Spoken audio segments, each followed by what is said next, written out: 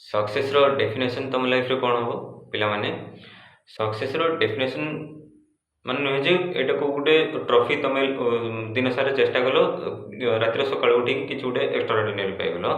ଏଇଟା ଗୋଟେ ଯେ ଗୋଟେ ଜର୍ଣ୍ଣି ହେଲା। ତମ ତମ କରେଣ୍ଟ ଡେଜ୍ର ପରଫର୍ମାନ୍ସ ତମ ପ୍ରିଭିୟସ୍ ଡେଜ୍ଠୁ ଟିକେ ବେଟର୍ ହେବା ଦରକାର। ଯେମିତି ତମ ଅପକମିଂ ଡେଜ୍ର ପରଫର୍ମାନ୍ସ ତମର ପ୍ରିଭିୟସ୍ ଡେଜ୍ରୁ ଆହୁରି ବେଟର୍ ହେବା ଦରକାର।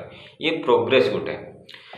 ନମ୍ବର 2, ତମେ ଯାହା କରୁଛ ତମର କାମରେ ତମର 100% ବେଷ୍ଟ ଦେବା ପାଇଁ ଚେଷ୍ଟା କରିବ ହେଲା। ଯେଉଁ କାମଟା କରୁଛ ସେ କାମରେ ତମେ ଯେମିତି ନିଜକୁ ପ୍ରାଉଡ୍ ଫିଲ୍ କରିବ ଯେ ହଁ ମୁଁ କେପାବୁଲ୍ ବୋଲି ମୁଁ ଏ କାମ କରିପାରିଲି। ଯଦି ଏମିତି କରିପାରୁଛ ଦେନ୍ ତମେ ଜାଣିବା ଦରକାର ଯେ ହଁ ସକ୍ସେସ୍ ଆକ୍ଚୁଆଲି ମୋ ପାଦ ତଳେ, ମୁଁ ସକ୍ସେସ୍ ପାଇଯାଇଛି। ନମ୍ବର 3 କଥା, ଆମେ ଭାବନ୍ତି ଆମେ ଯେତେବେଳେ ସେଇ ସକ୍ସେସ୍ଟା ପାଇବା, ଆମେ ଯେତେବେଳେ ସେଇ ଏକ୍ଜାମ୍ଟା କ୍ୱାଲିଫାଏ କରିବା, ଆମେ ସେତେବେଳେ ରିଏଲ୍ ସକ୍ସେସ୍ ପାଇଲେ ଆମେ ସେତେବେଳେ ସେଲିବ୍ରେସନ୍ କରିବା। କିନ୍ତୁ ଡେଷ୍ଟିନି ସେମିତି କାମ କରେନି।